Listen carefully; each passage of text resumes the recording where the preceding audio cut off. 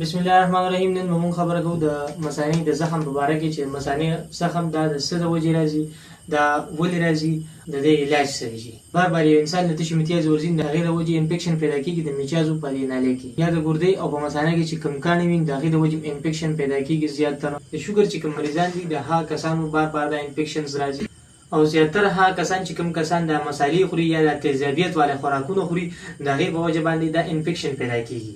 یا هغه کسان چې کوم کسان خپل تشې امتیاز هغه ډېر زیاتې ساري لګوي. یو قسم کې مثال په تور سار تشې امتیاز وکړي بیا وایي چې یاره زه په د ماسپښین لمونځ کوم یا په اکثر دا 15 واڼه وکړي نو دغې د وجې زخم پیدا کېږي په مثانه کې. موږ ته به څنګه پته لګي چې بهی د مثانه کې زخم یا به میچازې ډېرې زیاتې سوځي او یا به وایي چې یاره بس میچازې ولې لا ورغلي نه چې بس وي دستی کې زه مو ډایرکټ تشې امتیاز کوم که نه بس دا دې بیږي رانه.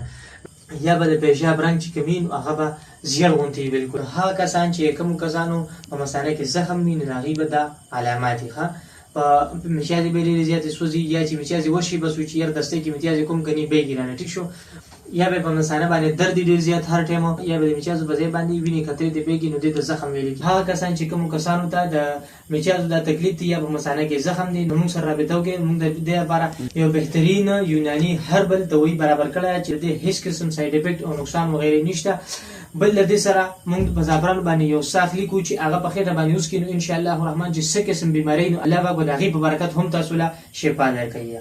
زمونږ په ځان سره نوټ کې فقیر بڼ حاجي کورون روډ بغداد مردان. بیا که څوک وایي چې یاره موږ ته راتګ ګران دی زموږ ځای لرې دی نو موږ سره د ډیلیوري هر قسم سهولت موجود دی. زموږ نمبر ځان سره نوټ کړئ، موږ سره رابطه وکړئ په وټساپ باندې 0315 13 28 555 نمبر باندې.